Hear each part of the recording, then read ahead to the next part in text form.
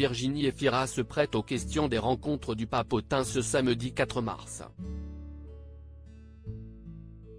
Parmi ses confessions, l'actrice fraîchement césarisée revient notamment sur le fait que son père désapprouvait son premier mariage.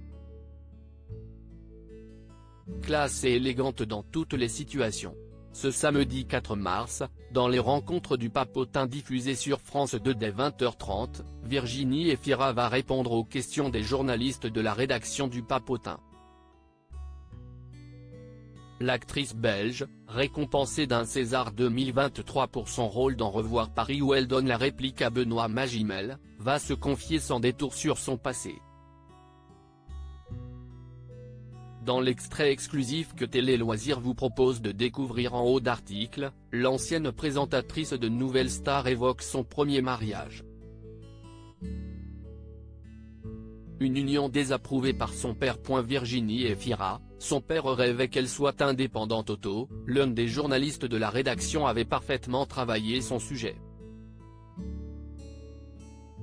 En se documentant, il savait que Virginie Efira n'avait que peu goûté au premier mariage précoce de sa fille. Mon père m'a éduqué dans l'idée d'être une femme indépendante qui ne dépendait pas des hommes, commence-t-elle par expliquer. Forcément, sa première union à 22 ans, avec Patrick Ridremont, réalisateur et comédien belge, n'a pas été au goût de la figure paternelle. Il m'avait dit qu'il ne fallait pas enfermer l'oiseau dans la cage, continue-t-elle avant de se rappeler d'une autre métaphore donnée par son père. Il disait avec humour que c'était moins pire qu'un cancer, mais quand même. Les rencontres du papotin. 30 minutes de confession à cœur ouvert après la venue exceptionnelle d'Emmanuel Macron dans le dernier numéro, le papotin a fait un autre très gros coup en attirant Virginie Efira dans sa rédaction basée à l'Institut du Monde Arabe de Paris.